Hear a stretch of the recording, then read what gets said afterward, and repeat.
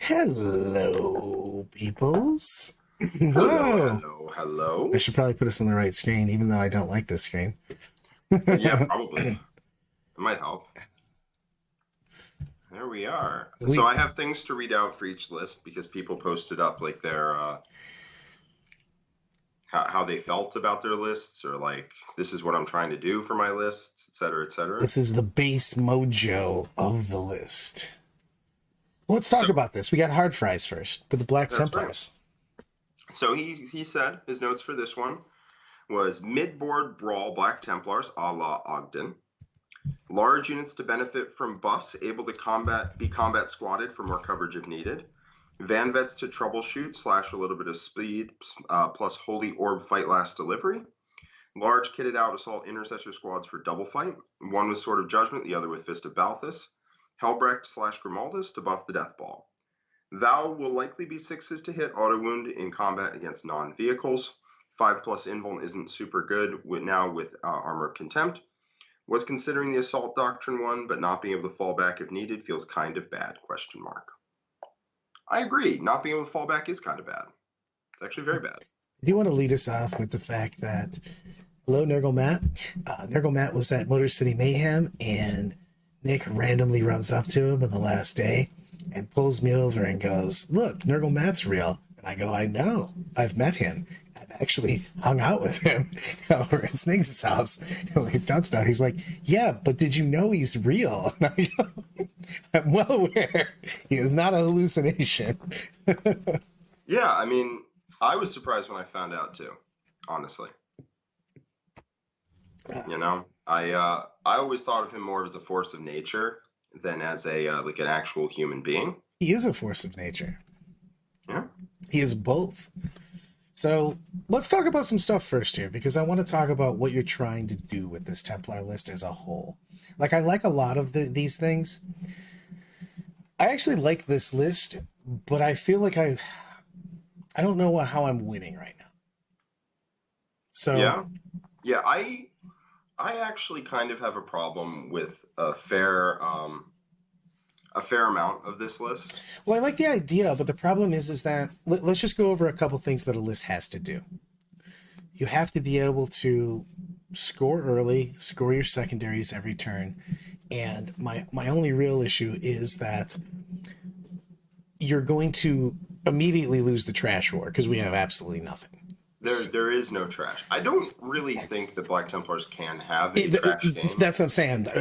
I agree, kind of, but we can have some stuff in here that do things like that, because I don't even know if we can get to the middle right away. So I'm a little worried about my secondaries and my early primaries against certain armies. I mean, you're looking at, hey, what's going to be the top? I'm going to play Tyranids. I'm going to play Tau. I'm going to play some pointy ears. You know what I mean? So What am I doing against each of those? And I feel like my game's fairly weak against them, and I'd like to fix that. Okay, I could see that. I just don't know what Black Templars can do to beat pointy ears. Like, pointy ears just run around and they're like, nah, nah, nah, nah, nah, you can't catch me. And you're this slow, out-of-shape kid on the playground trying to play tag with like the guys doing cross-country. Like, I mean, it's just not going to happen. We got to move the middle then, you know what I mean? But the thing is that I want to move the middle. And trust me, I've been that guy. Like, it's not fun. So I haven't decided whether I love or hate the Inceptors, because that is a huge price tag. I like the Inceptors because it's the only thing that actually like moves and does stuff. Like, you need some kind of reach. Ogden loves these guys when he was playing his Black Templars, and I get it, because of the fact that you can do the auto advance, or the 3+D3 advance, and you know what I mean. You can get there fast, take off the negative for advancing. You can get some mojo. They do have 3+D3 with a reroll. Yeah, I mean, you're going super places. Reliable. You're going 15 inches or 16 inches every single time. So, And what are your first thoughts here? Because the only thing is that you know how I feel about anything expensive. I start to twitch, and yeah, nobody's ever called you a Black Templar player. That's a fact. I mean, you've played against Tom's Black Templars a few times, I'm assuming. Yeah, like a ton actually. So yeah, I figured you'd be the lead. You would know more about Black Templars like by playing against Tom, because Tom has actually stuck with them. I played them a bit. They weren't really my jam, so I kind of moved on, largely because they're just not fast. And I found that they weren't durable enough to just tank hits in the center of the board as they tried to close the gap. But Tom has been having great success with them, so I'd like to pick your brain and see what you think of the list, having played against a bunch of variants. The thing is that I play fast armies against it, and I have too much trash. So my issue is that we need to fix some of the weaknesses of it. The hardest thing to do is to get rid of big blocks of scary. So I need something that at least takes the middle, holds the backfield for a second, because one of the things that this army is weak against, if they're pushing everything forward, is just things showing up in the back. And with the return of Grey Knights, with Thousand Suns being more prevalent out there, you're going to either have to just abandon your backfield or have something back there. You know what I mean? So, because people are just going to put things back there, and you have such a slow army that you're trying to, I mean, you're deceptively, you can get places with your advance and stuff, but you can, right? But you can't charge afterwards, right? It's kind of why I think that Black Templars are a shooting army. Yeah. So the thing is that you have to make decisions that are forward thinking. You know what I mean? So that's kind of what I'm thinking is we're at that point in time, we want to really go around durability at that point in time and just kind of press. We've got a couple big hitting units like the Inceptors and the Eradicators. And the Aggressors. I actually like the Aggressors. I like the Aggressors a lot with the Advance. The big Advance makes you go places pretty quick, and Power Fists are never a bad thing. And these guys are very, very durable, especially with the Armor Contempt. I like Aggressors. I'm a big... Yeah, Power Fists being AP3 base, AP4 in combat is actually a big deal. Full rerolls, we actually pick... When I say we... Jack picks the list based on a certain set of ancient Chinese rituals from a couple thousand years ago. I actually have no idea. Jack... I observe the offerings and I pan them over and I select the ones I feel to be best. No, I mean, all honesty, I pick lists that I think are interesting or have something that I think people can learn from. Because the real point of this series isn't to nitpick particular lists, it's to talk about how we go about evaluating lists in general. So I like to pick lists that have something we can talk about, something interesting, and I like to pick lists that are different. So I generally will try to avoid picking the same army multiple weeks in a row or weeks in a row. Also, ass kissing doesn't it goes a long way is the point. So my first thing with here is I'm debating on whether I want a double chaplain situation. I know you've been back and forth whether you like it. Yeah. So when I've been playing Black Templars, the problem is the second chaplain gets one chant, and I don't love that. Now the plus 2-inch charge is a big deal in an army that doesn't have any bonuses. Yeah, that's kind of where I am right now, because I'm afraid that I'm not getting places. Against Tau and Aeldari, I mean, I just have to go to the top 3 armies in a row, and I'm going to play them at the tournaments. You know what I mean? So if I'm looking at my thing, I have to say what I can do against that. And I feel that Tau and Aeldari are going to dance around this a little bit. So we either have to change some things in the list, or we have to change how we're doing things. To be fair, 6 Inceptors and 6 Eradicators kind of tell you, oh, you want to dance around me? Ba-boom. True. The Inceptors are very scary against those armies. The Eradicators are always scary. You know what I mean? I like this Eradicator block quite a bit. I kind of want 2 multi-meltas in there. Yeah, I was actually thinking the same thing, because of the fact that you can split them and go 3/3 and bounce around. You have just options. I like to have options with that too. I like just keeping all 6 of them together a lot of the time too, because most armies can deal with 3 Eradicators. It just depends on what you're playing. 6 I mean, you're gonna res your I like having options. Whether I keep them, I say the same thing with Aggressors, and 70% of the time I keep them as 6, but I like the option of being able to split them into threes. For sure, for sure. With eradicators without any kind of reroll to wound are kind of unreliable, in my opinion. In my experience, I played a lot with 6 eradicator bricks, especially in Templars, and they are unreliable without reroll ones to wound. The problem is there's not really a great way to get that in there. I mean, I want it on Inceptors too, so like a lieutenant or a dreadnought to be able to take a lieutenant aura would be nice. I'd rather have the lieutenant at this point in time because I think that there's too many big guns that are going to pick up our dreadnought, and we're not taking the 5-up invuln chance. So a lieutenant for like 70, 75 points could be all right. And I don't know if I want both these assault intercessors 10-man squads. I'm good and bad. I don't know. I like them. I know you like them more than I like them because I like to have more just stuff rolling around. You can combat squad them, and then you've got 5-man units. True. I mean, we could get our points out of just dropping the assault intercessors altogether, but then our combat punch is very low. Like, we just cut them for 5-man intercessor squads, and we get like 200 points. Right. I kind of just want more things. I am a little worried about not having enough beef at that point in time to hit. It's just there's so few things in this list. Yeah, I mean, that's the problem with going 6 Inceptors with an Icon of Hindman. I do think we can drop the Icon of Hindman. It does not stack with Armor of Contempt. Yeah, that's what I was just about to ask. I wasn't sure on that. I was looking it up right now, to tell you the truth.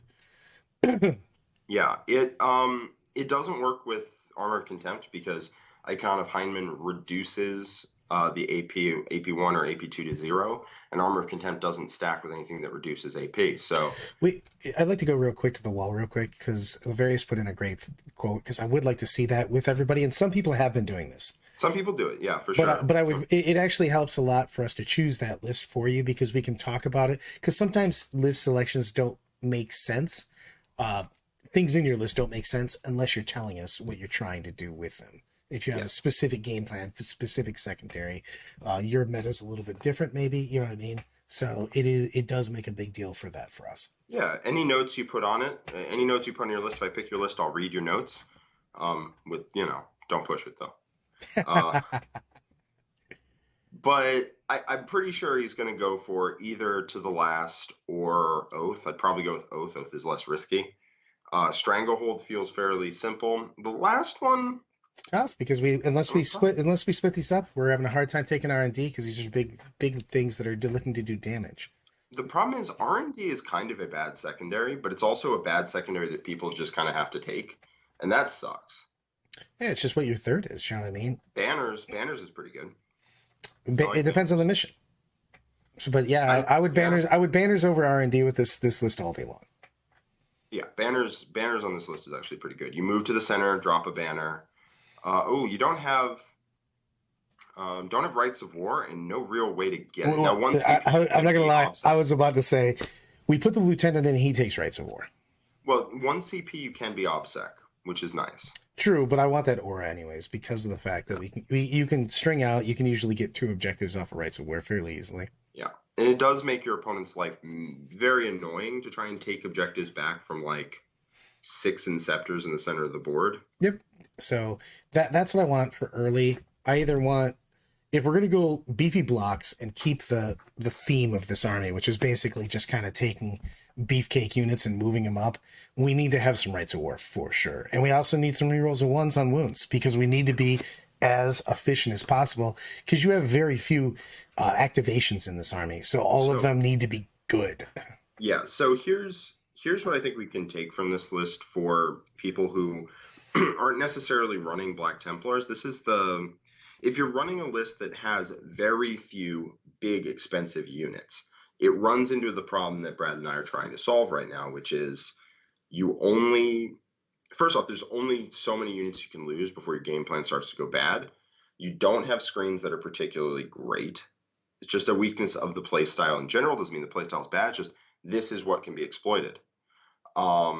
you don't have screens. You don't really have anything to play the mission. So like you can't just throw a little cheap like Landspeeder Storm or something. Well, Space Marines don't have cheap units, but Landspeeder Storm or whatever. I'll say onto Landspeeder an Storm's objective our to take closest it. that we've taken on that. Yeah.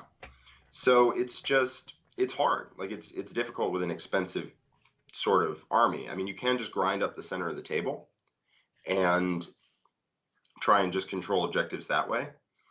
But there's also the other weaknesses. Anything that can dance around you, like Tau, can come out, shoot, fire and fade, stay outside of the range of your eradicators. I'm or more if you worried about Inceptor Tau than Thrust. I am against Eldar, because Eldar are going to have a harder time. They have damage, but they don't have Tau damage. And if your whole plan is to take the middle, there's just a ton of boards where you're just going to be seen, and they can just hit you for a few turns and really weaken you up before they do have to do anything. Eldar, I think Eldar are the bane of Space Marines' existence, personally. But they can just move around, for sure. They just move around, they shoot, everybody shoots and then moves back behind terrain, and you're like, damn, I guess I just have to keep taking that. And Eldar do enough damage to where you're just kind of... You at least score points in the beginning against them, though. That's my whole thing with them. So yeah. Yeah, you have to maximize the score in the first couple turns because you're probably going to get tabled by the end. You just have to make sure you end up with more points than they do. Right. So I'm okay with that. That's the reason I was worried a little bit about us not being able to protect our backfield at all, because I don't want to lose early points.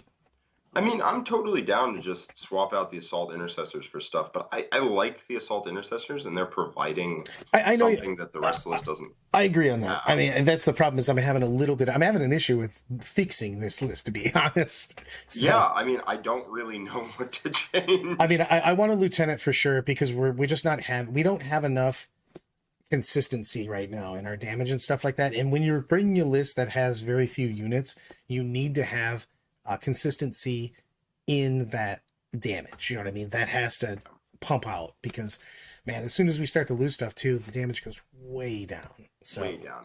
I mean, to be fair, so I do think that splitting the Assault Intercessors is a very real thing against a lot of armies. I think you end up with 5 Premier squads just running around the board, and that does help quite a lot, I think. So I actually don't have a problem. I actually don't have a problem with a lot of this list. I just have a problem with like Templars in general. But that sounds so defeatist when I put it like that. yeah, I don't want to be there. You know what I mean? I'd like to split some stuff up. I'm trying to see if I need all these relic upgrades too, to get myself something small. I think Icon of Heinemann can go. Crux Obsidian should probably stay in. Somebody has to have that for sure. That's just going on someone. Yes. You know what I mean? I think, honestly, I want Crux Obsidian on the Inceptors.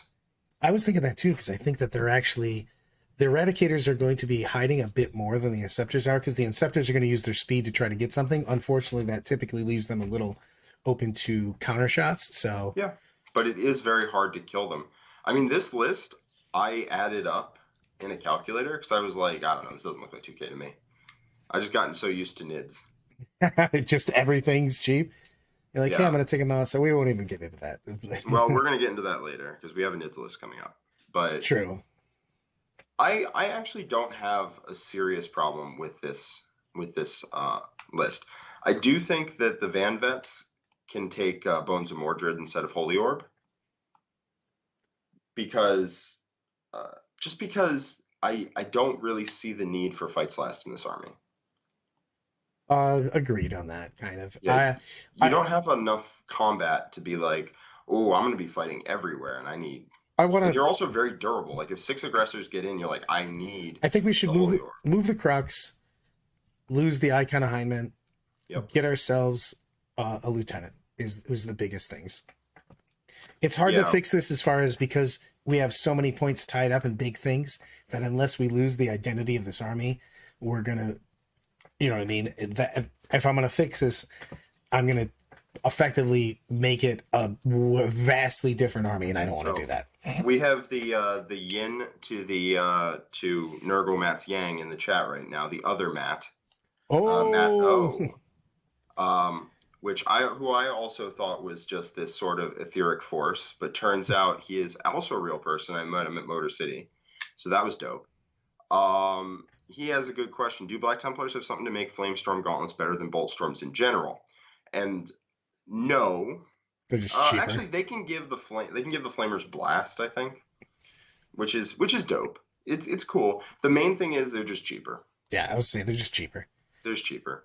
You want the bodies, and honestly, the combat is pretty good. Yeah. I could see swapping aggressors out for terminators. I was debating on that too, because we could get that, but it is nice to have flame storms. Yeah, I mean, the flamers are just nice. I don't know. I'm coming back to this because I'm hemming and hawing at like tiny things, and I want to get into actual big boys. I think the list is generally good. I think it's generally good. It's just it leans into the problems that big armies have, but it also gets a lot of the benefits. So I do think that it's little stuff that's going to be the changes, and I would honestly want to play with the list a couple times before I prescribe changes. Agreed on that. Agreed. So we've got T. Crayford showing up with a Kraken patrol, or Kraken, with Old One Eyes, the Swarm Lord, 10 Gargoyles, Maleceptor, 3 Venom Thropes for the -1, 5 Raveners, 3 Tyrant Guard, Neurothrope, Hive Tyrant, Walking, yes, 3x3 Warriors with a Venom Cannon, Death Leaper, 3 Pyrovores, 2x4 Raveners, and a Biovore for shenanigans, coming in at 1970. So, yeah, it's 1970 as far as I can tell. It is possible the Hive Tyrant, there were no points on this, so I had to just assign points. The Hive Tyrant was just a walker with the Warlord trait and Relic specified, so I don't know what weapons he has. So it's possible he's an extra 30 points. He's 205 or something. He's not showing up the Chad Gullet? I don't like Shark Gullet that much. I just like saying it. He has Chameleonic Mutation, which is -1 to hit, no rerolls to hit, which seems good. On a T8 creature with a 2-up save? Yeah. The Walking Hive Tyrant's a boss. Yeah, I mean, that plus Tyrant Guard is like, yeah, you're just not dealing with that. Hootie, you get a point there. You're like, I took Tyranids. It's not bad. Yeah, Hootie, also somebody that I met at Motor City for the first time. It was great meeting you, man. I was asking if there are bad NIDS lists, though. And the answer to that is, man, you gotta grade them on a curve, my man. Like, yeah, true. It's like how there can be good guard lists. It's like there can be bad NID lists. So let's talk about the things that I think we could do better on this, because I don't know if I want Old One Eye and Swarmlord in here, to be perfectly honest. Yeah, no, Old One Eye, I'm just going to cut you off very quickly before I let you get back to it. But I honestly looked at this army and I added it up as well. That's how I got to 1970, because I was like, this does not look like 2,000 points of NIDs. And that is because Old One Eye and Swarmlord were in there. I mean, both of them cost 50 points more than equivalent big bugs. So we could get 100 more points of stuff, basically. Yeah.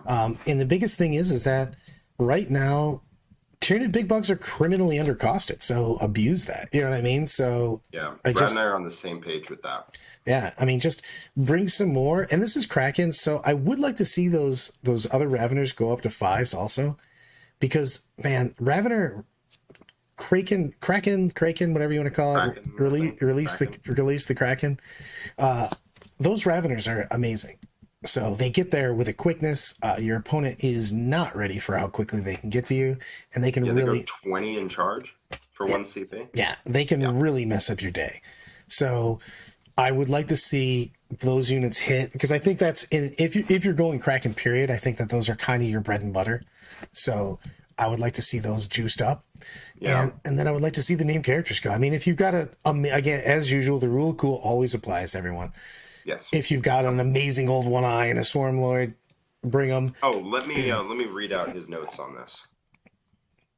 Because he did have some. Apparently, this is something close to a list that our Tyranids Discord was workshopping for a while. So here we go. All right, taking this so this is T. Crayford.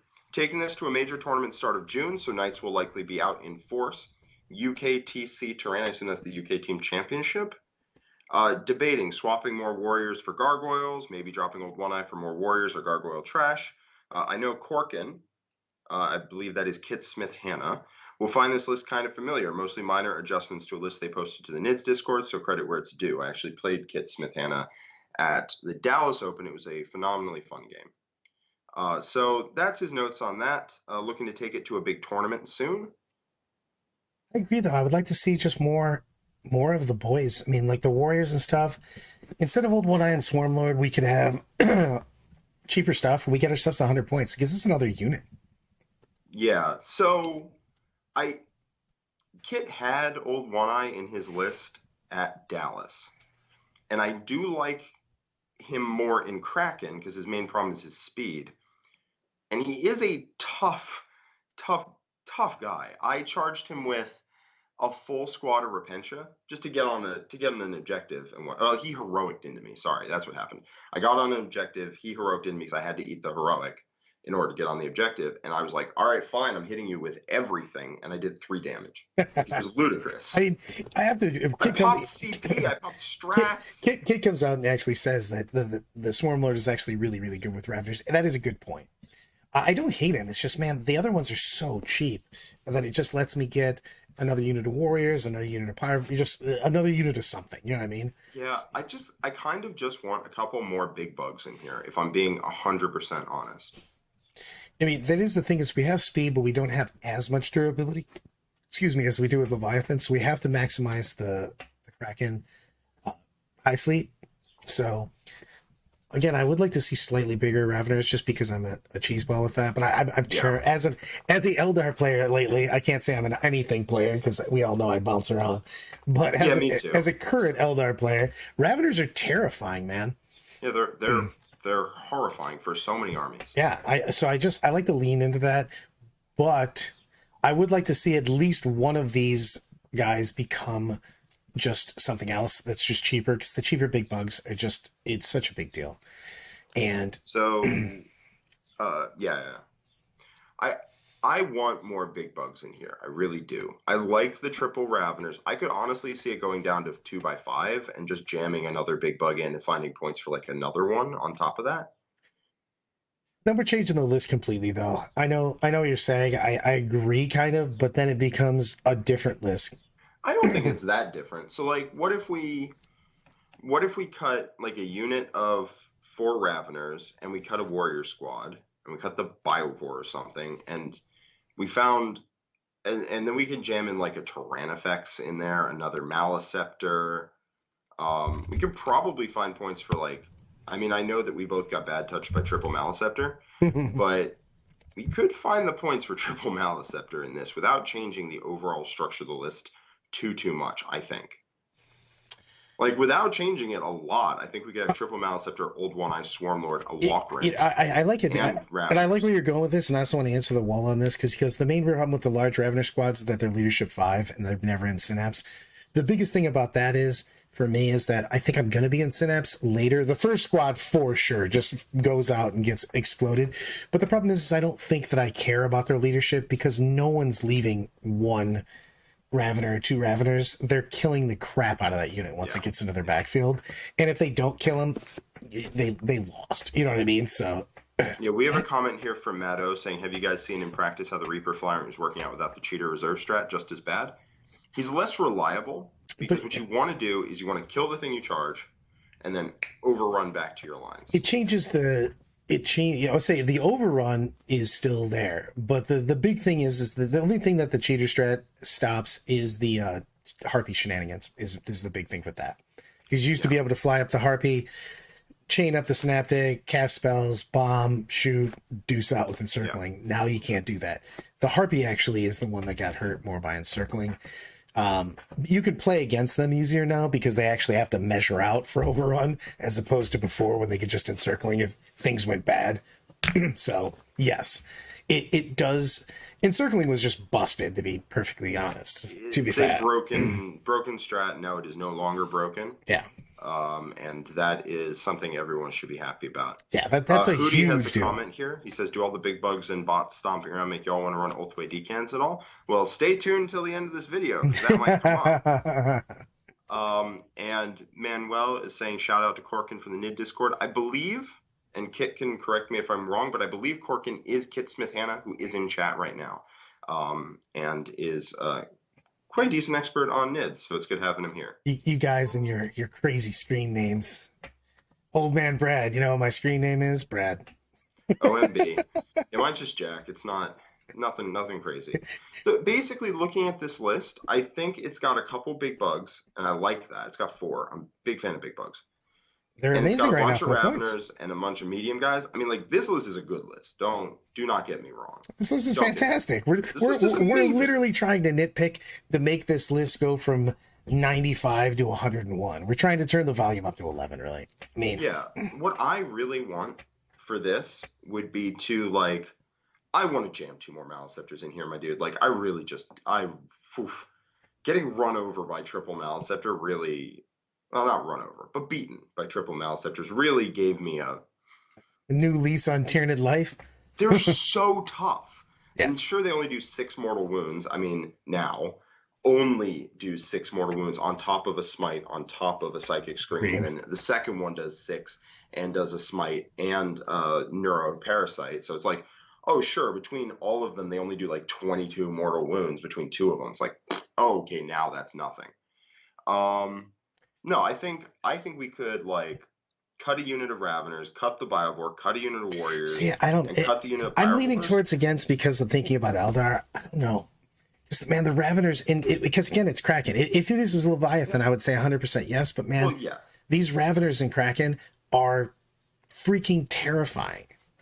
I mean, I agree with that, but I think 2 units of Raveners is fine. I mean, it's not bad at all. Don't get me wrong. It's just 2 units of, because imagine this, Brad. A Maleceptor that can auto advance 8 and then drop mortals. Yeah, that's good. Screw that guy. Yeah, that thing's scary. Also, I'm going to go to the wall on this. NS, is Triple Mal still good after the nerf? Yeah, almost nothing changed. They literally have one guy that, you know what I mean, that can't do the 12. They can only do 6s now. But they're still as durable. They're still doing consistent mortal wounds. They're still doing consistent mortal wounds out of line of sight. Yeah. Playing against Joel Wilson, the guy who actually beat me and Brad and Nick with triple Maleceptor, that felt rough to say. I did kill everything on the board except for 3 warriors. All he had left at the end of my game was 6 warriors, was 1 unit of warriors, a half health Maleceptor, and a dream. But that was more than I had. I had plenty of stuff, except for he definitely put baby in the corner for too long. Yeah, you put Nick in the corner for too long too. Yeah, I came out and I was like, "There's no Tyranids left." He's like, "Cool, the game's over. I'm already back home." Like, damn it. Yeah, he was just packing up his models ahead of time. That's all it was. He's just moving to the next thing.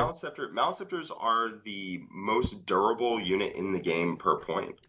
I meant to say the NID book per point, but I think it's the game per point. It is the game. By the way, Lavarius, you're making me you're PTSDing me on that because Joel did 30 mortal wounds to me on turn 2. So you hit it on the nail on the head, and I was like, ow. The thing about playing against Joel was he never really made one Maleceptor do 12 mortals because he never had to.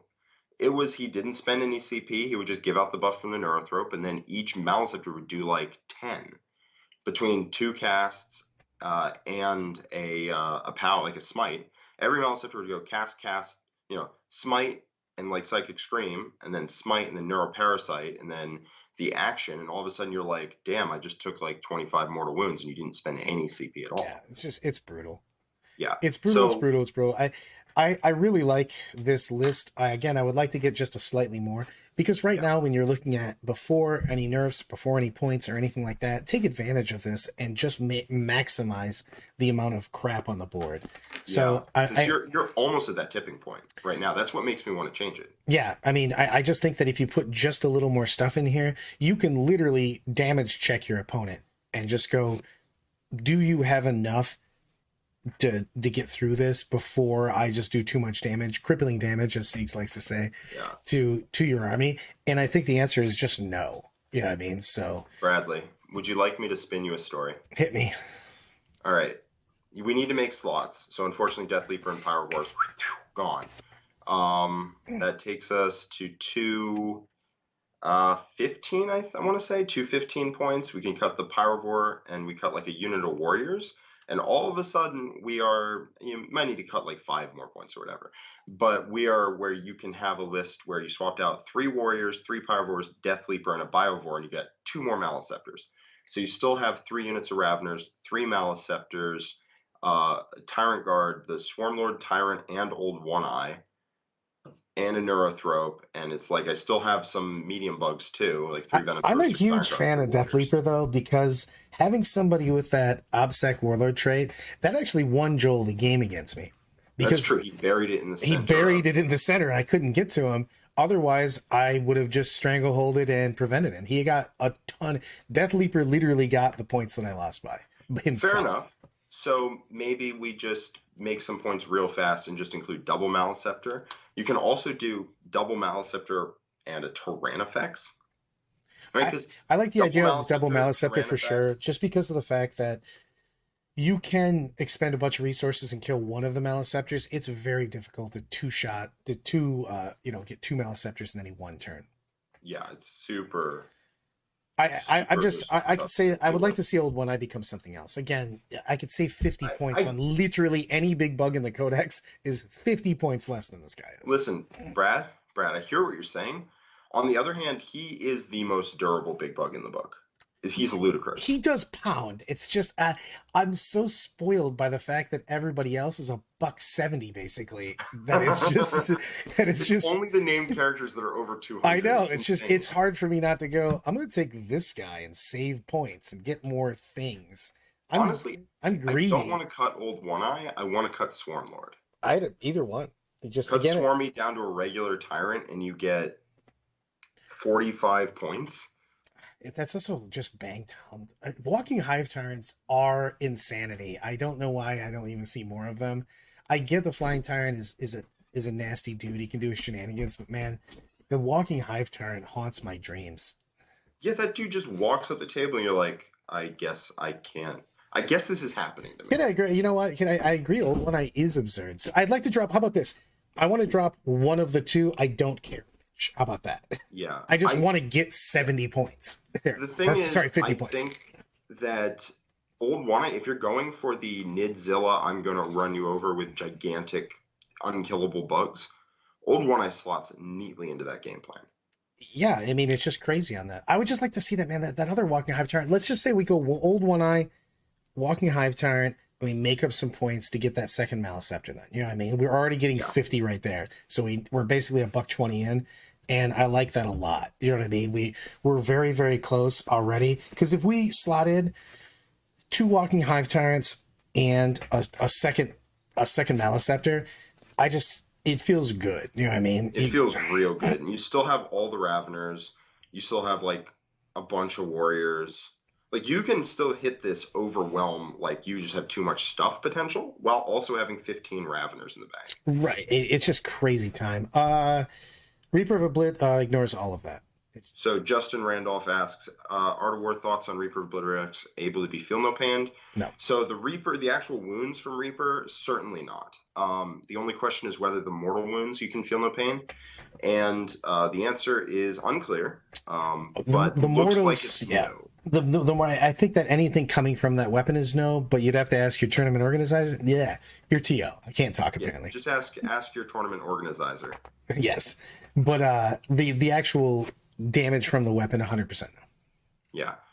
Cyrudillion A says Walking Hive Tyrant sounds so unthreatening, like he's out for an afternoon stroll. Yeah, it does. It might sound that way, a Walkrent. Until he pushes up to the middle with double Maleceptor and all this other stuff.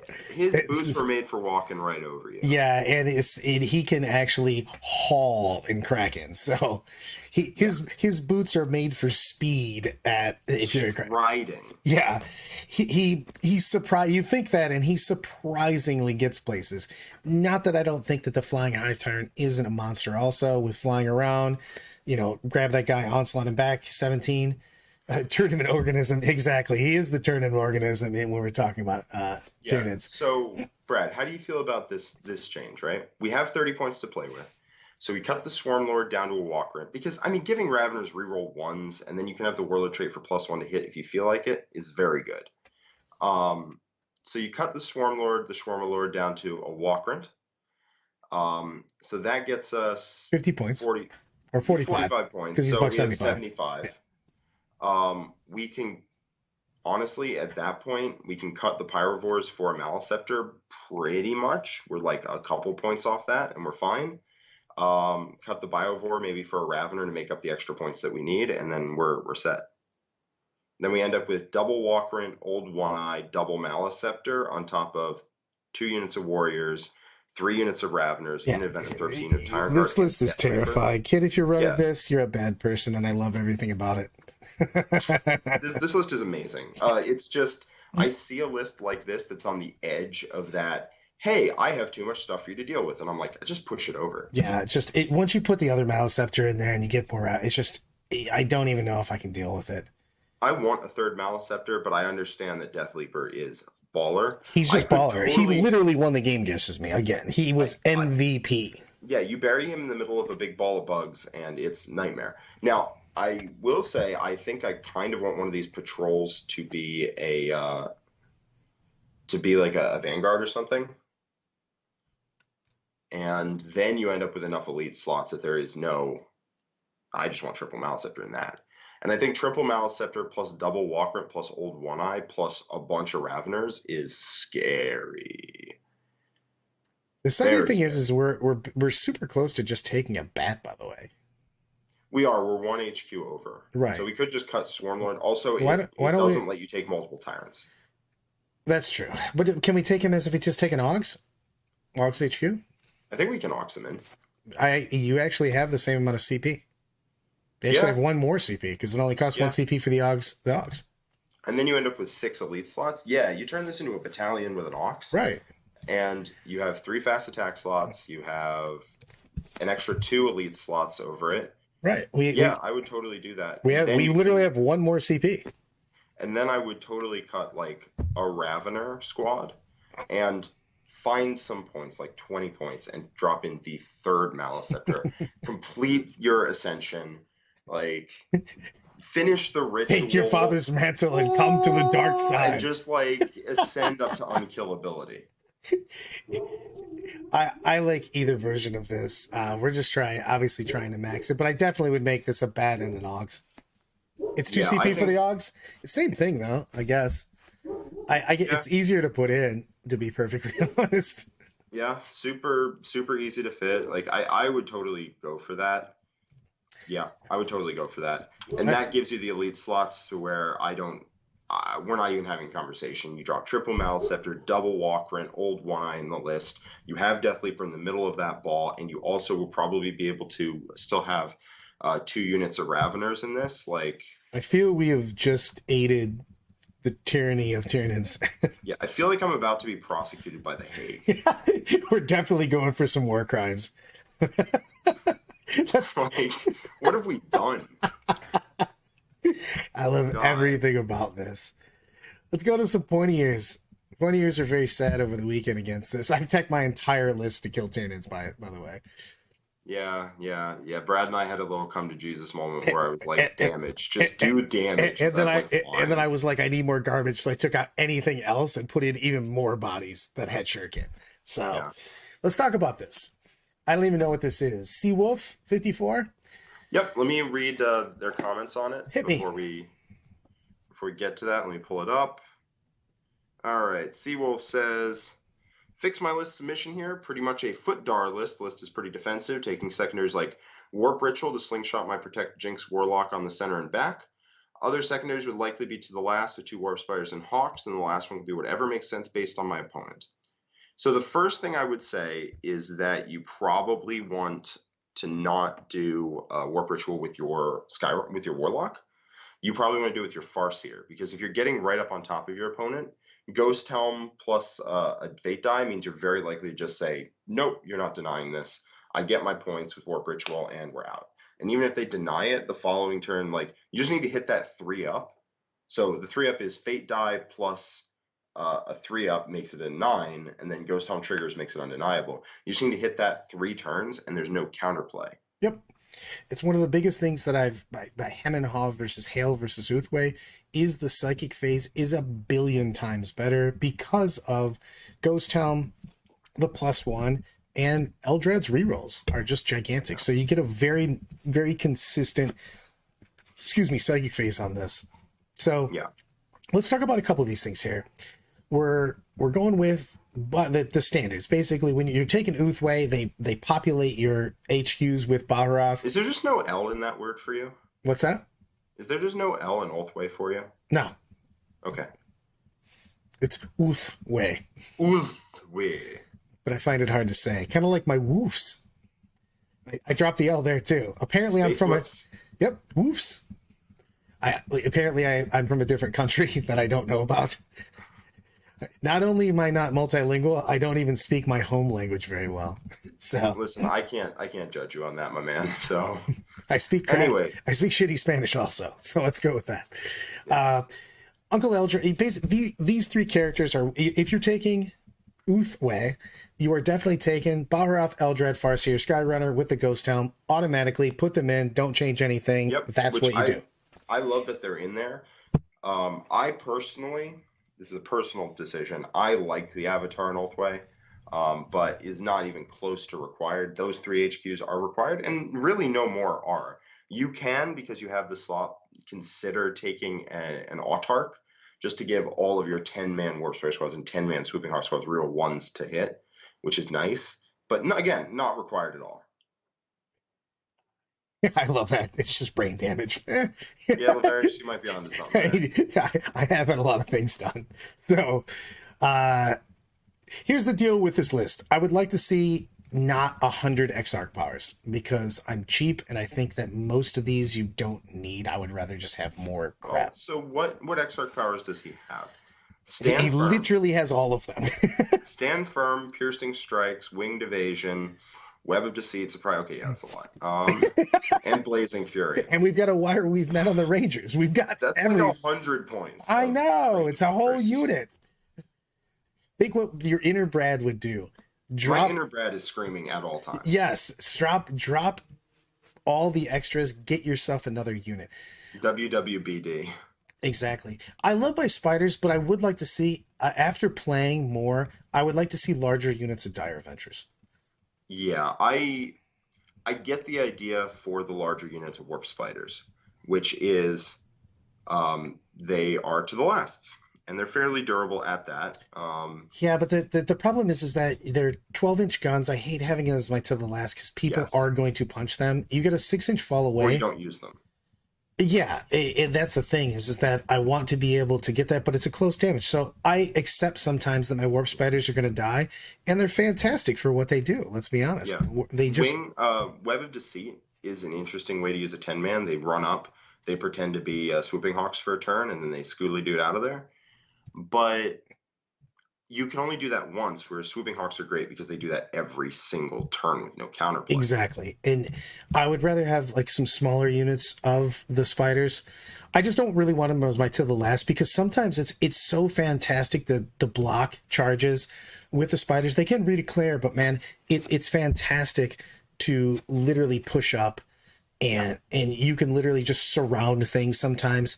The thing is, you can use them offensively. Somebody declares a multi-charge, and you just literally make a 6-inch move forward and wrap whatever's coming at you. Yeah, the spiders will die, but okay, they can't get to everything else they wanted to. You know what I mean? So sometimes I just want the spiders to be able to get killed.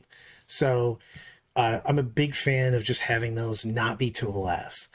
And you could just not use to the last. That's fine also. This is a fantastic list, but we want to tweak. So I would like to see... He has mentioned that he likes taking to the last with this list. And if you do, I think there are better things to do it on. 100%. Making it, the fact is that we can change a little bit of this around. Having the Swooping Hawks, having Eldrad as to the last or gigantic, and then... I wouldn't mind seeing us go 10-10-10 Dire Avengers and then make the spider units just slightly smaller. Well, here's the problem, right, with that 10-man Warp Spiders is it to the last with Surprise Assault. We could do, that's what I'm saying, let's leave but 10. But what I mean by that is 10 Warp Spiders is with Surprise Assault, you only get Surprise Assault the turn on the Deep Strike. That's what I'm saying. So if you Deep Strike them 12 inches away from a unit you actually want to shoot with 10 Warp Spiders, they are dying. 100%. Straight up. Because they can't leave after they shoot, which means if you drop them in and you shoot, you're losing it to the last. So I do not like that. Blazing Fury is nice. The +4 range on your fire dragons is fine. It's another unit that you're going to fire and forget, though, kind of, because again, there's somebody that's just sitting there getting blasted. I think you shoot and then you auto scoop behind the wall, and I don't hate them in Tyranid world where you're just like, please People are let me coming have up some on you. damage. I actually like Yeah. the fire dragons peeking out and then going. I've used them before. I used them at BFS teams, and I really like them. Just starting them on the board. I occasionally drop Yeah. them in again, depending on. I was obviously per matchup, so I don't hate the fire dragon. Honestly, what I want here to fix the to the last issue, I want Eldrad as a to the last. He's an amazing one. I want 10 Swooping Hawks as a to the last. They're amazing as well. You just peek them out. You just run them 14 inches forward, bomb something if you can. Then you shoot, and then you. I have one problem with this list that you may not have noticed, Brad, because it's not something that comes up on your radar a lot. This list has no patrols or battalions. No, it's Vanguard and Vanguard and Outrider. This is. I'm well aware of this because Jack and I, as usual, what you want to do if you're an extra nerd, when you go to a tournament, you eat and drink, you play your tournament, you eat and drink, you stay up all night, and then you go back to the room and you talk about lists until the wee hours of the morning, which is what Jack and I did when he made 11% of my new list. Right. So, right. 11. Yep. Yeah, no, that checks out actually. It might be now with the new changes, actually, if you gotta go points. But Jack came up with some great ideas. We went back and forth. And one of the biggest things is that we both tried to do an Outrider Vanguard. And then we went, hold on. If I Phantasm and Eldritch Storm, I effectively play the game with 0 CP. Yeah, so all 4 pivot says this list starts with 6 CP. That's rough after Phantasm. This list does not start with 6 CP. This list starts with 6 CP before purchasing Warlord traits and relics, because he's got a ton of relics on here. Yeah, he's got a ton. So he's got Farseer with a Warlord trait and a relic. Those are free.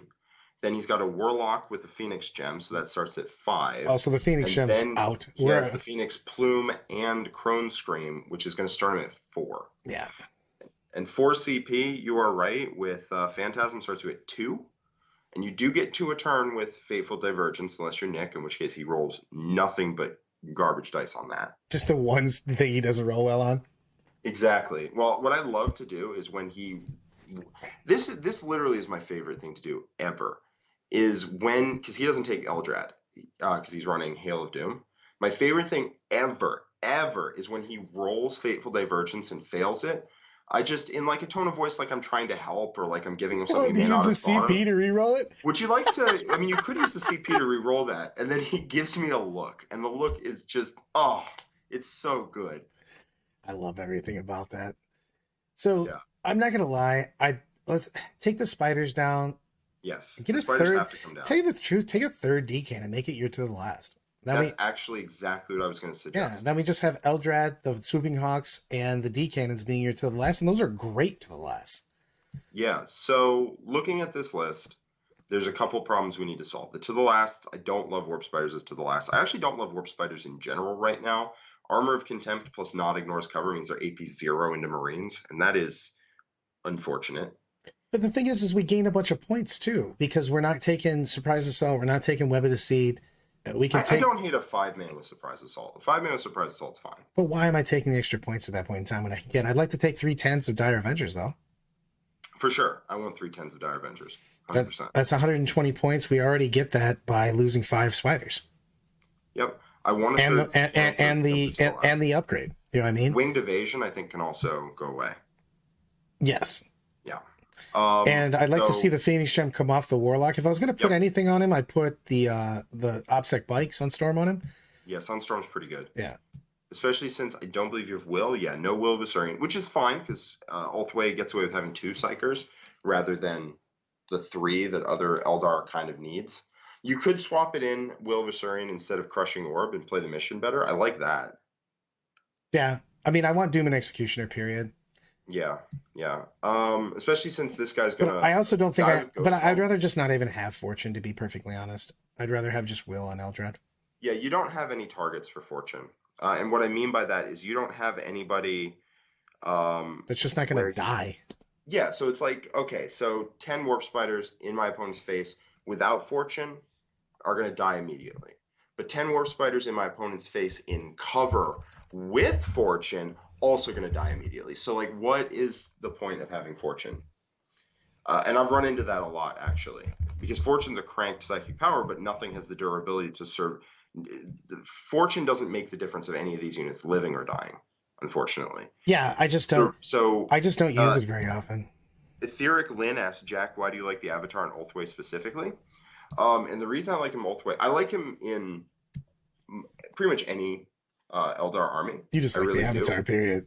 Yeah, I like the Avatar quite a lot. I think he's really good. He's an amazing Fortune target because Fortune, you can Fortune him and he becomes insanely durable with it.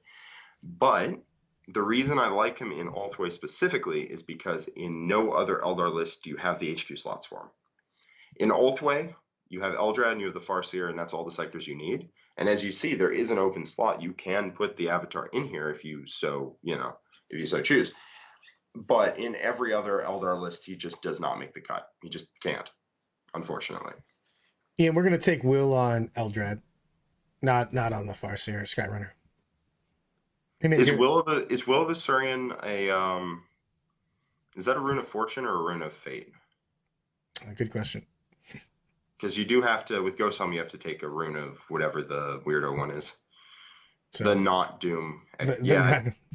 Yeah, I think Crushing Orb actually has to stay, which is sad. It's because I usually have that Farseer either as Ghost Walk or Crushing Orb. So yeah, Ghost Walk I don't think is necessary. In this one, he has nobody that's going to be Ghost Walked. So yeah. So looking at this list, what are things we want to solve? Well, so just going over them in general, what we want to solve. Warp Spiders can't be to the lasts, so we want to drop those down to 5-mans. Take away I want to get the Exarch bars off them. Then it just saves us so many points. Cheap on Exarch powers. I'm fine leaving the Fire Dragons with Blazing Fury. I'm totally okay with that. Sure, I'm just talking. If you're only going 5 spiders, and I'm fine with 2 units of 5 spiders, but we need to get those Exarch powers off them because it frees us up for a lot more stuff. Yeah. So, but just going in general over the things that we want to change. Warp Spiders need to not be to the last, so I think 5-mans. 5 Dire Avengers want to be 10, because it's just a ton of shuriken shots coming out of your army. They can also just walk out and or deep strike, and the thing is that they can just do your R&Ds and then blast somebody with 33 shots. And if you're Nick, he will forget halfway through his turn which Dire Avenger squad has Stand Firm. It's whichever one is on the objective. Yeah, I was just about to say.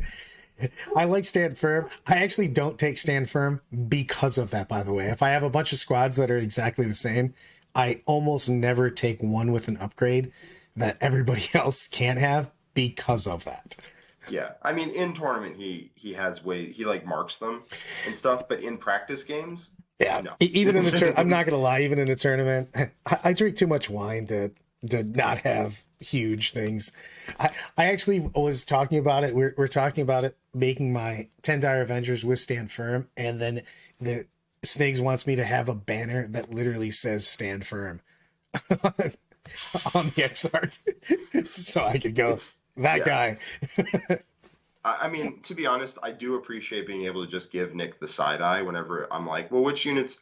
Well, he's like, I have the objective. I'm like, no, you don't. He's like, oh, they're OBSEC, and I'm like, are they really? It's just, I feel like it's the same when it used to be whatever Rhino you blew up never had the character you wanted to kill. Again, these are problems that are in practice because in a tournament he'll mark the unit, but in practice when half the models on the board are because we couldn't find them right away or whatever, like half the models on the board are Chaos Cultists or something. When we're just doing a practice game between 2 chums, it's whichever one's on the objective. So 2 units of 5 spiders. Let's make these Dire Avengers bigger. Yep. Let's take some of the stuff off. Get us some CP here. Yes. Let's take I'd like to take the Phoenix Gem off the Warlock. If I'm going to put anything on him, it's going to be the Sunstorm. Yeah, Sunstorm. Let's make the heavy support. Let's make those D cannons the 3-men, so we make them our to the last. So we've now got Eldrad, the Swooping Hawks, and the D cannons. Let's pull off the Web of Seat and the Surprise Assault. I am totally fine with Blazing Fury. Plus 4 inches on a 12-inch gun feels fantastic. Brad. Yep. I have a fix here. Hit me. Remove the Warp Spiders entirely and turn the Outrider into a patrol. I mean, yeah, but maybe he's got some super sweet Warp Spiders from Russia that look awesome. Okay, then you can cut the Wind Rider. Like you can cut a squad of Wind Riders and a Viper, and you still get both units of Warp Spiders. And not at 10 mans, obviously. That is not making the cut. But You can cut the 3 Wind Riders and a Viper and still have 2x5 Warp Spiders if you want to use your dope Warp Spiders. Uh-oh, we got a super chat coming in from Bonsai Kitty Gaming. Any suggestions for Space Marine chapters to one trick? Love my cells, but are one-dimensional, feel limited. How do you feel about Death Watch? The Death Watch Army of Renown is actually fairly fun because it's super crazy fast and absolutely no one knows about all the rules for it. Nobody knows what it does. Yeah, but it puts out a weird amount of damage. It is very close, though. So you have to be okay with living your life with being right up on top of people. Yeah. Generally, anything that can do multiple game plans, I think, would be the best one to one trick. So not any of the White Scars, Blood Angels, any of those. Not Space Wolves are decent. Space Wolves can do a lot of really weird things that nobody really knows what they do. Death Watch. Being able to heroic's a huge deal. So 6-inch heroic is always big. I still think Blood Angels are kind of fun to smash right now with armor contempt. I love Blood Angels so much. Sanguinary Guard bangs so hard, and a 6-inch heroic. Did you see the game yesterday that I had against? No, you probably didn't. I didn't. I was literally coaching all day, like all day. So, brief aside before we wrap up Seawolf's list. So Nick played a list. I played my standard Blood Angels, that list that I like. I wouldn't change anything about it. It has the Super Chaplain on bike, Dante, Sang Priest, Sang Ancient with the plus 2-inch move banner, 3x7 Sanguinary Guard, a unit of 5 Death Company with 4 hammers, 10 Van Vets with claw and chainsword, and then 3 units of troops. That list bangs. But it just stands and it's just.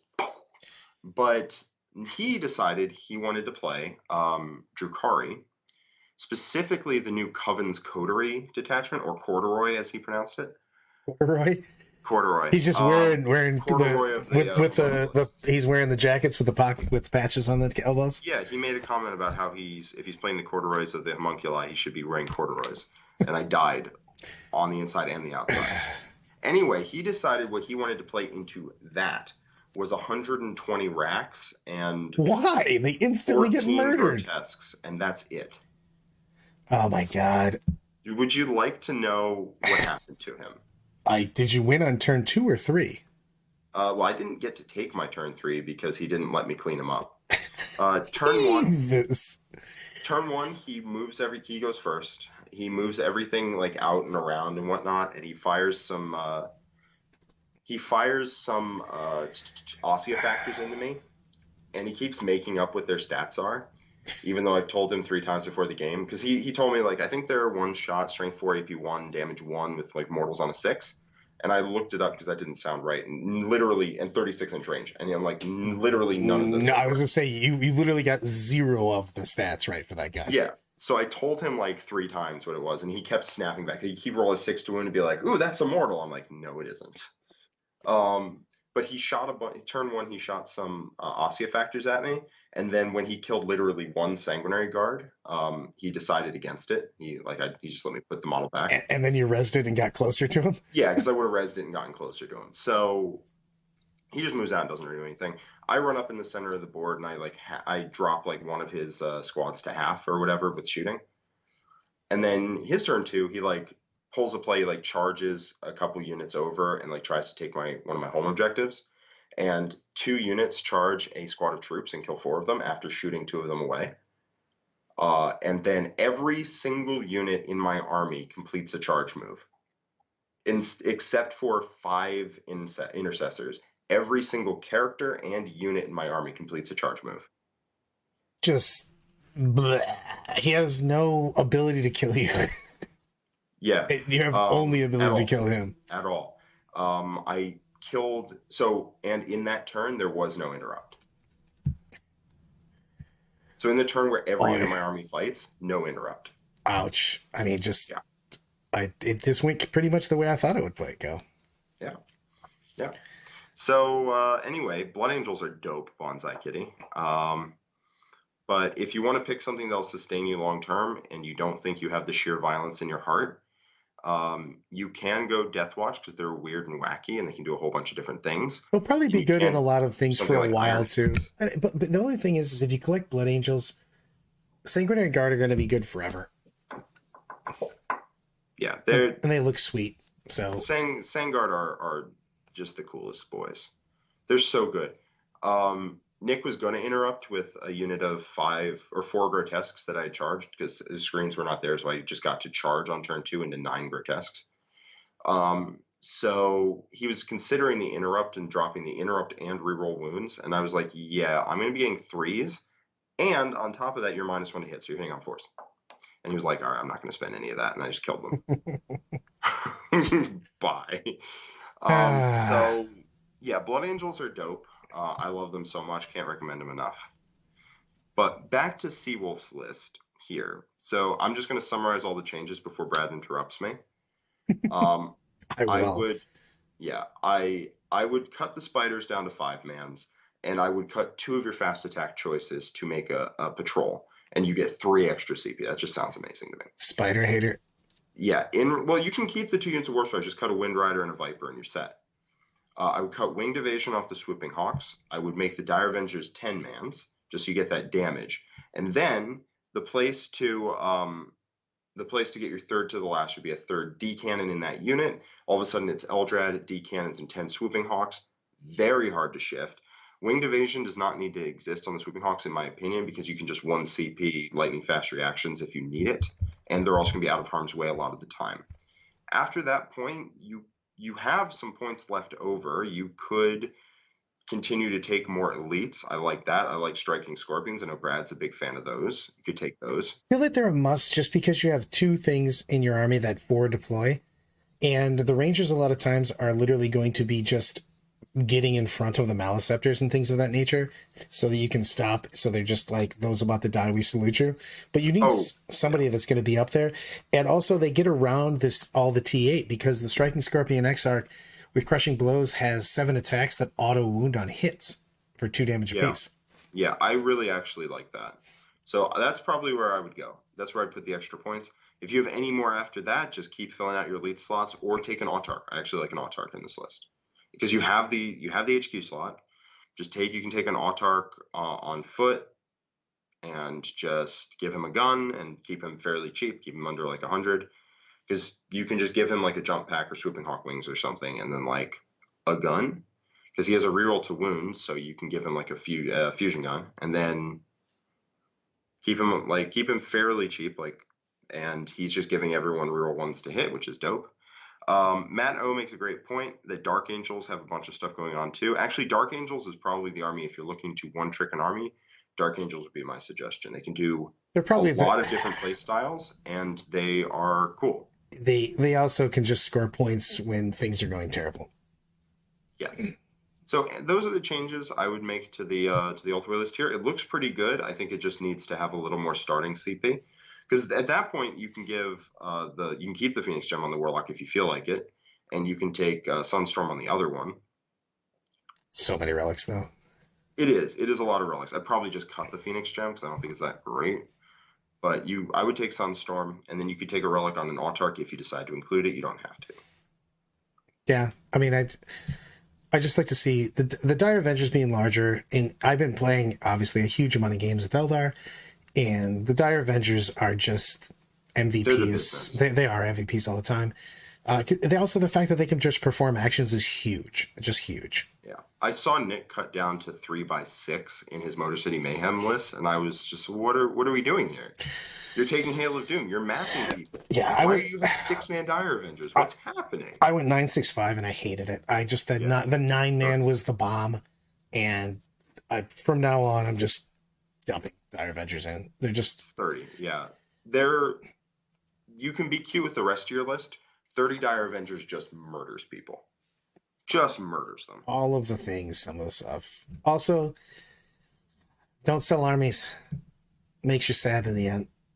It does, especially if they look nice. If they don't look nice, then go ahead, sell them. You can do better because you had more practice. But if they look nice and you like them, you can just play them as Dark Angels a lot of the time. Yeah, I'm not gonna lie. Just keep them like that. I've sold armies in the past, and I always regret not having those models and stuff. So yeah, well, except the ones that I pulled out of my parents' closet. I mean, I am repping a sponsor right now, but that's not that. Just the ones I pulled out of my parents' closet and Warpfired. Don't miss those. I'll be honest with you. My old 8th edition fantasy high elf army that looked like a See, 20-year-old painted it those are the because a armies. 20-year-old did paint it. Those are the armies that I love 18-year-old. the most, though, because I have all the memories, so it's so fun to think about them. I had the memories of them looking like trash, and those memories were as soon as I pulled them out of the closet, I'm like, damn, these look like trash. Tell me how to live my weekend, buddy. I'm going to play in an RTT tomorrow. Then I got to do list submission that night for Rocky Top Mountain Deathmatch. Well, tell you what, do you feel comfortable putting your list up on stream? We can talk about it quick. Yes, but I'd have to give me a window real quick. Give me. Yeah. Do I have it in a format that doesn't look unbelievably terrible? I was like, here's what's going to happen, right? We're going to get off this. All right. We're going to get off this video. You know what we're going to do? And then we're basically in like 20 minutes. You're going to call me and be like, hey, let's talk about my Eldar list. And I'm like, let's just put the two of these together. You know what? Know what we're going to do? We're going to. Is everybody okay with looking at Battlescribe? I didn't see anything in the chat yet, so just go for it. I'm going to actually legitimately put Battlescribe up. Yeah, let's do it. Let's work. I mean, your list is almost done. I'd be shocked if we change very much, but we can talk about it. This is, by the way, Brad and I have talked like 5 times over the last like week and a half or something just about his Eldar list. 11%. That's what we do. Yeah, it's 11%, buddy. 11%. Killing me here. What? I mean, come on, Jack. I gave you 11%. I feel like you should be perfectly happy with that 11%. I'm good, man. Whatever you need to tell yourself. I love everything about this. Bam! Let's go into the list. You know what? We should probably, should I make it straight? I can walk down. Oh, God. Oh, this is jank. Yeah, this looks terrible. Should I just put the list up? Yeah, I'll just put the list up. I mean, this looks fine because we're probably going to be... oh, God, that looks terrible. I know. I just said it looks terrible. I mean, chat says send it, Chat says hit it. Fine. Hold on. All right, guys. Give me at least let me make it look slightly less terrible. Yeah. Cyrodiilian AS, as a competitive player, does getting your models damaged in the paint scuffed at tournaments bother you? Yeah, it does. Honestly, I don't like having my models damaged. You're talking to the wrong person over here for it. Sure.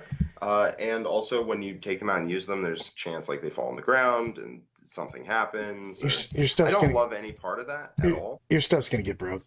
It will happen. Just deal with it. Move on. It's something you just have to accept if you're going to be playing in tournaments. You can, touch them up or paint glue them together and they'll look fine. It's some work you got to put in after tournaments. All right, full send. I'm gonna walk. It doesn't bother me that much. I'm gonna walk this down, everyone. I know it's kind of a crap thing, but I was definitely not ready to show my list. So we've got Warlock Skyrunner with Check Jinx. We've got 2 Walking Warlocks because I'm cheap, because them together means it's 100 points, and I get. Well, the thing that I like about the double Walking Warlock for Quicken specifically is when you throw out. This was tech that I came up with for Nick's list. When you throw out the Farseer into the center of the board and you go Warp Ritual and then you quicken them back to your lines, if you have a solo Warlock and you use a 6, he might die. then the solo Warlock has a decent odds of just dying. And if he dies, I don't even care as much about that or him exploding in your lines. I think that's totally fine, although it can be rough sometimes. The main problem is the Farseer is now stuck and he's going to die. And that sucks way too bad to not do something about it. So the double Warlock, they have 4 wounds. You literally cannot die to 1 perils. Exactly. And so we've got, this is Hail of Doom and Masterful Shots also. So we've got 2 Farseer Skyrunners with the Colonel's Bow and the Mark of the Incomparable Hunter for some Mortal Mojo. Yeah, like it. Yeah, exactly. Searching for baby Baharath feels. Exactly. Also, he came back. Somebody did find him. 1 Ranger unit because it's a patrol. Howling Banshees. A unit of Scorpions. This is the Howling Banshee with the Piercing Strikes. I've got a total... I could just make this not look terrible also, but... yeah. I mean, this is the real competitive 40K. This is the jank. This is the jank, guys. 2 units. It's actually 3 units of Wind Riders, Shirt and Cannons, but we'll get the 3rd unit in a minute. And I have my total jank coming up here in a minute. I love this is my super secret tech. We got Baharoth because he's automatically comes in all. However, Eldar lists are 1860 and just include a Baharoth in the HQ slot. So did you know that I argued with Nick when the Codex came out like a lot about whether Baharoth was good or not? I was like, Baharoth is in every one of my lists. Baharoth's amazing, best unit in the book. And Nick's like, why does it even matter that he has OBSEC? He'll just leave objectives after you shoot. And it's like, are you what? He goes to another objective, whatever. So now he's pretending he never said that. But let's talk about my super secret mojo tech, which I really actually like this a lot. So I took in testing and in playing and tournaments and everything, I just was like, man, I need some more trash. You know that they can't be your mandatory troops, right? 100%, or this would be a battalion and not an outrider or not a vanguard. This is an outrider? Okay, this is a vanguard. Sorry. It's a vanguard? Okay. Yeah. Well, that'll do it. Yeah. So I have 1 million elites. Now, this would be a battalion up top, and all these elites would be in that battalion. This would make it amazing. But I need more in front, party in the back. Well, I needed more trash. We talked about this. I needed more trash. Unfortunately, Paul Jan, it is not on tape. Nick did it as we were looking over the codex for the first several times, like over the kitchen counter. He was like, Baharoth's terrible, Maganraw's the business, and now he will refuse to admit it. But I took 4 total units of Corsairs. I hated having the 3rd Farseer with a passion, so I wanted to drop it down. So I basically put in a unit of Void Scarred and got the Wayseer with Faithful Divergence. So I lost 1 power, but I also took out the Falcon because I got bullied by Jack that he didn't like it. So he kept telling me over and over again. So stop school bullying, Jack. But I really like these Corsairs. It's only peer pressure if we're peers, Brad. I love you, buddy. I have to stand on your shoulder to reach things out of the cupboard. But I liked having more trash. I liked having more OBSEC. I liked having just more shots. All the Corsairs auto wound on 6s. Do they have rifles? No, unfortunately, they all have pistols. They do come with Aeldari power swords, and they do have kind of a lot of attacks. The Void Reavers have 2 apiece. The Void Scarf have 3 apiece. So they have pistols to shoot. They auto wound on 6s, and they count as 6s to wound, so the Shuriken does auto pop. And I wanted more bodies. I needed more stuff, especially against Tyranids, to push to the middle, block those Maleceptors, steal that objective from people without having to cast Will and stuff. So I wanted more stuff. 3 units of 10 Dire Avengers, and a 2nd unit of Howling Banshees. The only reason Nerve-Rending Shriek is on here, Nerve-Shredding Shriek, is just because I wanted that extra wound and that extra 2 attacks. Yeah. So 30 Dire Avengers. I actually have absolutely no cute business up in here. We're running math at people. And then the 3rd unit of Wind Riders with cannons and the 5 Swooping Hawks in here. But I have three total troops here. Even though these don't count as compulsories, they're still troops. Yep. You have 5-man Swooping Hawk because I couldn't convince you to run a 10 because you're like, it's not Brad enough. And then you, I don't know, waved your arms, did a TikTok dance, and then took 5 of them. I did do at least 3 TikTok dances. Yeah. I love these Corsairs. I played 2 TTS games, unfortunately. I haven't got in play. I'm going to play the RTT tomorrow. But I've really liked them in the limited amount of teching I've been in. I love dropping the other Farseer. I just hate having 1 million characters that are not doing as much stuff. So I really enjoyed just having these guys back, just getting a CP back and sitting on an objective. I like the Corsair Void Scarred with Fateful Divergence, just sitting on a home objective. You could just run a 90-point Farseer for the same thing. It's 5 more points. I don't care one way or the other, really. It just gives me less chance of even... People are usually not getting assassinated and stuff like that anyways. But this does give me a chance. This also has a huge volume of attacks compared to that Farseer if I have to do something. Yeah, when they're close to you, turn 4, and you're like, I'd only get 1 more CP out of this anyway, and you pile in, you just charge into a combat, and you just start slapping. Matt O, Farseers, he has 2 Farseers. 2 Farseers. 2 Farseers. It's hard to read on this, in this format, but this was kind of an impromptu thing, so. Yeah, I wasn't ready to show this, but this is what I'm going to bring. I think I might bring this exact. I might change it a bit. I'm going to play in an RTT tomorrow, and then I'm going to submit my list for Rocky Top after that, so this might change slightly. But I think the concept, what's not going to change? 30 Dire Avengers and 3 units of 5 cannon bikes, because you just need that damage against Tyranids. You just have to. Yeah, Brad didn't have the damage, and he's like, never again. Yeah, exactly. Never again. I don't have any changes I'd want to put on this list, honestly, Brad. I think this is just good, and send it. I agree on this. I'm happy with where we went. I miss the Falcon a little bit. You don't at all, but I did get an extra unit of Banshees. Yeah, so. I like that. How about Warlord traits and relics? You have Cronus's bow. Cronus's bow, and is that it? I don't think anything. You don't even want. You do have Will. You could take Sunstorm. I'm very close to taking. That will be a later tomorrow night decision when I click send on my list. I think I might put Sunstorm on either the Warlock or the other Farseer. You know what I want in this list, actually? More than Sunstorm? I want Weeping Stones. That is a big deal because the thing is you only keep 4. It makes me sad. You only keep 4, but it gives you an extra. I would rather see an extra one than keep an extra one.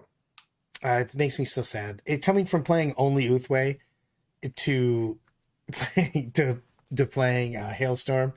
Yeah. Oof, it does hurt. There's a couple things. I mean, I literally looked at this list and flipped a coin on whether I was going to stay Hail or go back to Uthway. And I think you stay Hail.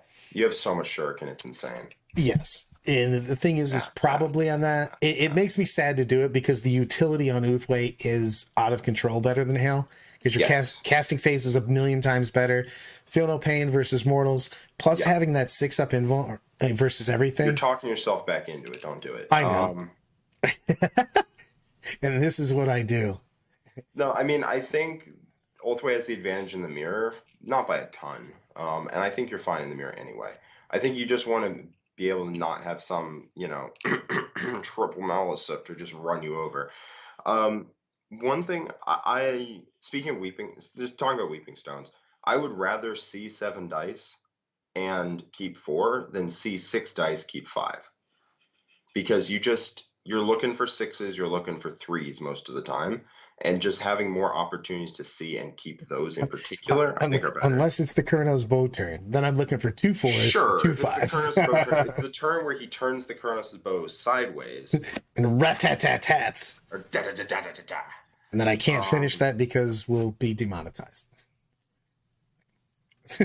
So, I really like this. You know what? I'd love to see you guys what everybody thinks about this in chat. Everybody watching this later. I'd love to see some comments on this because this is my favorite list that I've made. I give Jack props for his 11% that he helped me with, and yeah. I will take credit for the getting you back on track with 30 Dire Avengers and 3x5 bikes. That is true. We did add Jack's added 10 Dire Avengers and 5 bikes, which was fairly significant. Yeah. No, I mean, it's been a group project, and it's been fun to work on, and this list should ragdoll some folks, I think. I really like it. I like the idea of everything in here, so I'm pretty psyched to play this. I mean, it also has a lot of Brad fun. This is one of the reasons why I love Craft World, and I'm gonna leave us on. How would one recruit you as a Sally's coach? Go to theartofwar40k.com and go to coaching and drop down to the Brad or Old Man Brad or what I'm listed as. I might be Thank just you for your listening. super chat, Bonsai Kitty. We really appreciate you been with us here and been chatting, sticking around in chat. If you like this series, if you like Fix My List, we've been having fun with it, Brad and I don't know if you can tell.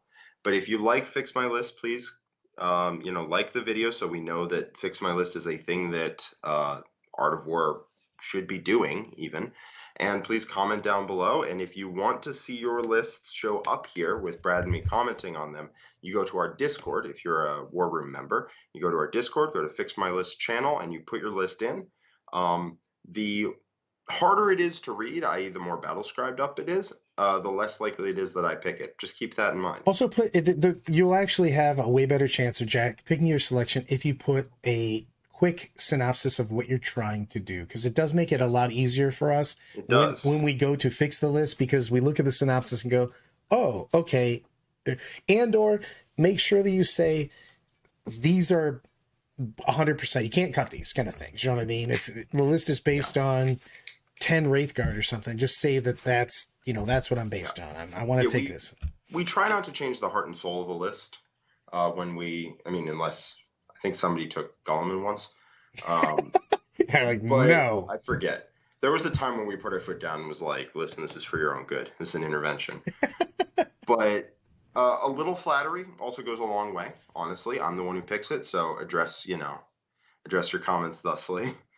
But no, we have a good time with this. If you enjoy it, do the whole thing. Like, comment, subscribe. Let us know that this series is worth doing, because that's something that we're always trying to evaluate. I hope so, because this is fun. It's a lot of fun. I do like this a lot. So everyone, Queen's Wave. Bye-bye.